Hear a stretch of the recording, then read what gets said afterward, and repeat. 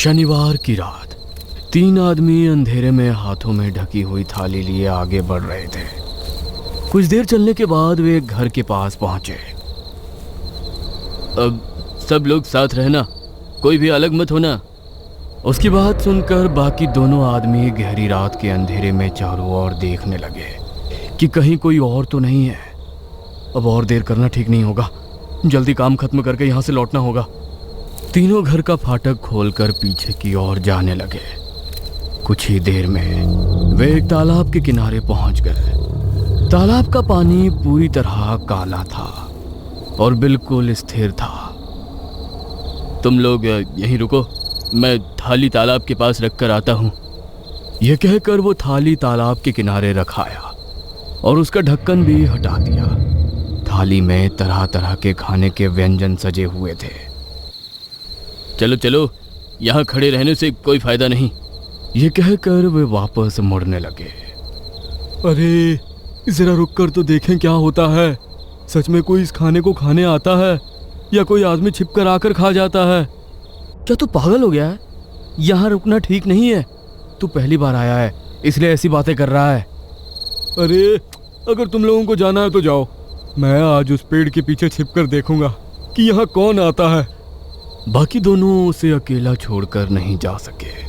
तीनों मिलकर पेड़ के पीछे जाकर छिप गए। काफी समय बीत गया। चारों तरफ सन्नाटा था, केवल झिंगुरों की आवाज और तालाब के आसपास जुगनुओं की चमक दिखाई दे रही थी।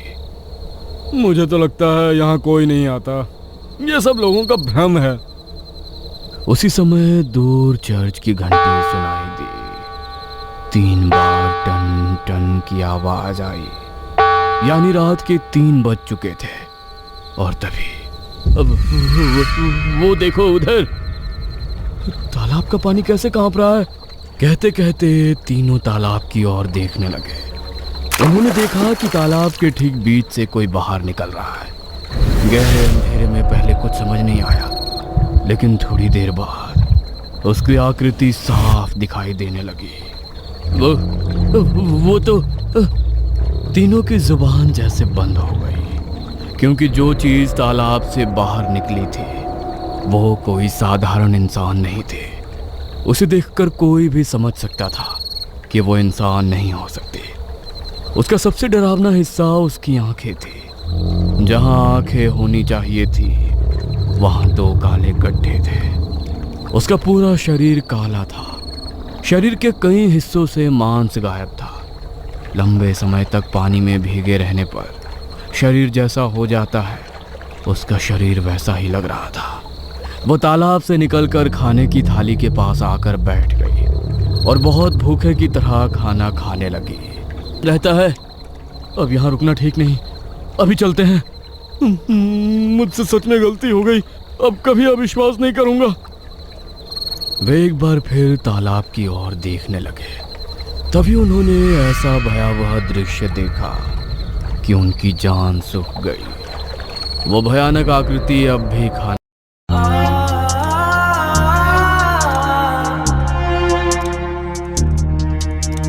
कमरे में खामोशी का साया है, रूह मेरी हवा में घुल गई। धुंध में लिपते हैं लम्हे, खुल गई।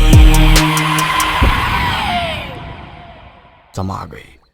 कुछ दिनों बाद 2 आदमी चिंतित होकर बातें कर रहे थे। पिछले शनिवार रात की घटना सुनी थी ना? क्यों नहीं सुनूंगा। बलई, केस्टू और मदन ने जो देखा था, बाप रे बाप। रविवार दोपहर तक उन्होंने पूरे गांव को बता दिया था।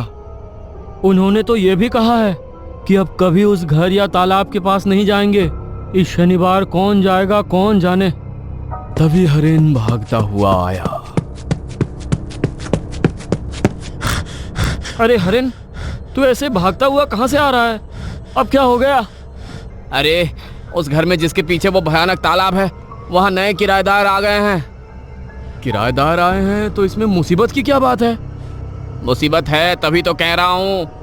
आज मैं और लाखन नए किराएदार को समझाने गए थे कि दादा आपसे एक जरूरी बात करनी थी। हम आज ही इस घर में रहने आए हैं। अच्छा लगा कि आप लोग खुद हमसे मिलने आए। यही तो अच्छी बात है कि आप यहाँ रहने आए हैं। बहुत दिनों से यह घर खाली पड़ा था। पिछला किराएदार भी कुछ दिन रहकर चला गया था। खैर, मैं खास काम से आया हूँ। अब जब आप इस घर में रह रहे हैं तो हर शनिवार रात घर के पीछे तालाब के किनारे खाना रखना मत भूलिएगा। हर शनिवार तालाब के किनारे खाना रखूं? इसका क्या मतलब? मैं साफ साफ बता देता हूँ, उस तालाब में एक भयानक आत्मा रहती है। अगर उसे हर शनिवार खाना नहीं दिया गया तो बहुत बड़ा अनर्थ होगा। तालाब में आत्मा रहती है? कैसी बातें कर रहे हैं आप? तालाब में मछलियां रहती हैं, आत्माएं नहीं। कहीं आप लोगों ने इस खाली घर का फायदा उठाकर तालाब को गंदा तो नहीं कर दिया? मुझे ये कहानियां मत सुनाइए, अब जाइए यहाँ से। अरे दरवाजा मत बंद कीजिए, आपके लिए खतरा हो सकता है। बस यही खबर देने आया था। परसों शनिवार है। अगर उस किराएदार ने तालाब के किनारे खाना नहीं रखा तो उसके साथ साथ पूरे गांव पर संकट आ जाएगा। ये बात बिल्कुल सही है। चलो एक बार फिर जाकर समझाते हैं। फिर 2-3 लोग उस घर पहुंचे। उन्होंने किराएदार को बहुत समझाने की कोशिश की, लेकिन वो नहीं माना। उसने सबके मुंह पर दरवाजा बंद कर दिया। सभी चिंतित होकर लौट आए। सब समझ गए कि कोई बड़ी मुसीबत आने वाली है और उनका पहला शिकार किराएदार का परिवार बनेगा। एक दिन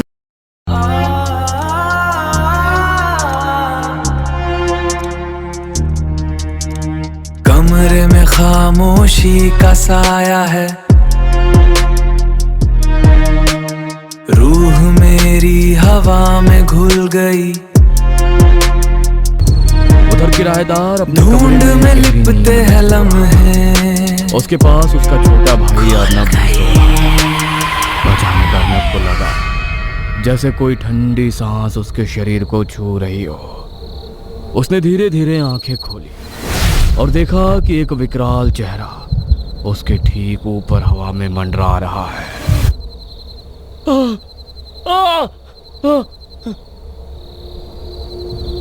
क्या हुआ अर्नब?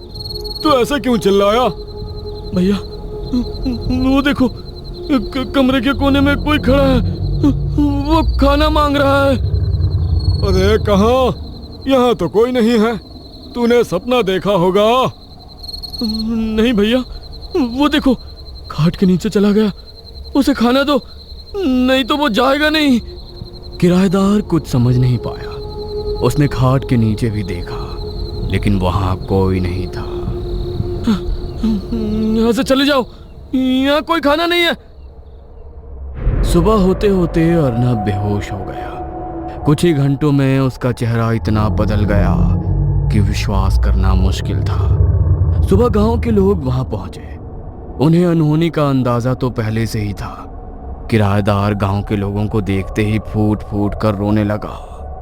देखिए ना, मेरे बिल्कुल स्वस्थ भाई की सिर्फ एक रात में क्या हालत हो गई है।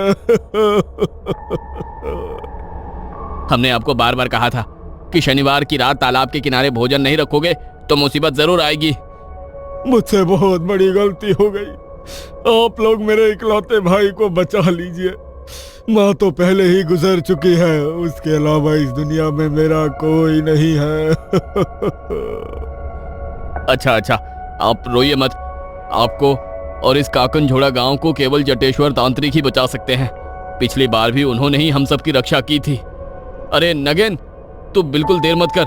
अभी इसी वक्त पड़ोस के गांव जाकर जटेश्वर तांत्रिक को ले आ।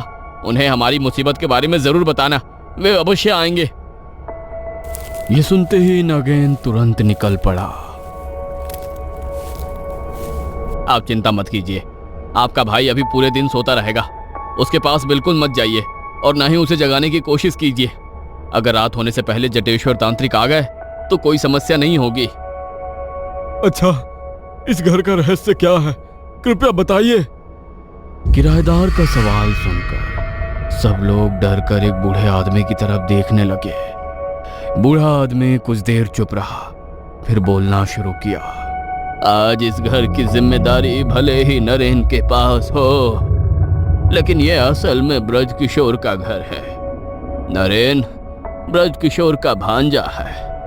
आज से कई साल पहले ब्रज किशोर के बेटे ने पेतनी की पूजा शुरू की थी। उसे पता चला था कि यदि लगातार 7 शनिवार तक नियम पूर्वक पेतनी की पूजा करके उसे प्रसन्न कर लिया जाए तो अमरत्व प्राप्त किया जा सकता है। उसने कहीं से उसकी मूर्ति भी प्राप्त कर ली थी। पेतनी की पूजा शनिवार की रात ठीक 3 बजे की जाती है। पूजा शुरू करने के लिए शरीर के 3 बूंद रक्त और कौवे की पंख की आवश्यकता होती है। पेतनी की भूख शांत करने के लिए मांसाहारी भोजन चढ़ाना पड़ता है और पूजा खुले स्थान में करनी होती है। ब्रज किशोर का बेटा तालाब के किनारे बैठकर पूजा किया करता था। पहले 4 शनिवार तक सब कुछ ठीक ठाक चला, लेकिन 5वें शनिवार को ब्रज किशोर की नजर इस बात पर पड़ गई। गुस्से में आकर ब्रज किशोर ने पेतनी की मूर्ति उठाकर तालाब में फेंक दी, लेकिन वो पेतनी के क्रोध को नहीं जानता था। अगली ही रात से उसके बेटे की हालत बिल्कुल आपके भाई जैसी हो गई और 3 दिन बाद उसका शव तालाब के किनारे पड़ा मिला। लेकिन बात यहीं खत्म नहीं हुई। कुछ ही दिनों बाद ब्रज किशोर की भी वही हालत हो गई।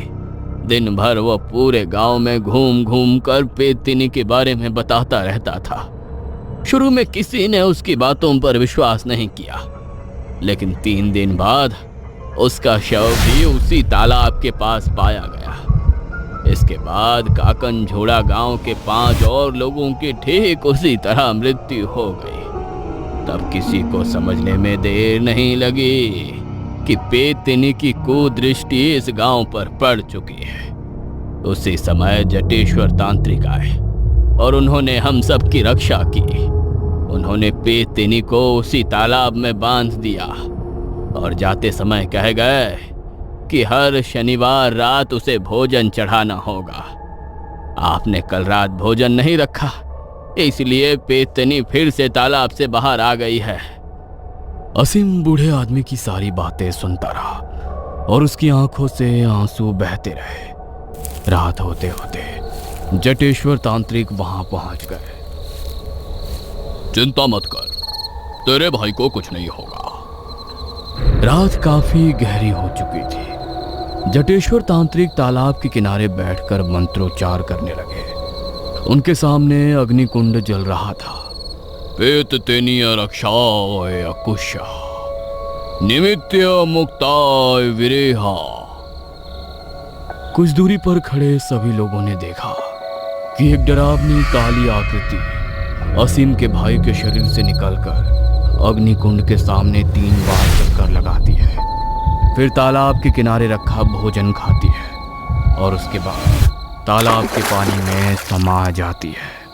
उसी समय चर्च की घड़ी से 3 बार घंटी बजने की आवाज आई, ढूंढ ढूंढ, जिससे पता चला कि रात के ठीक 3 बजे थे।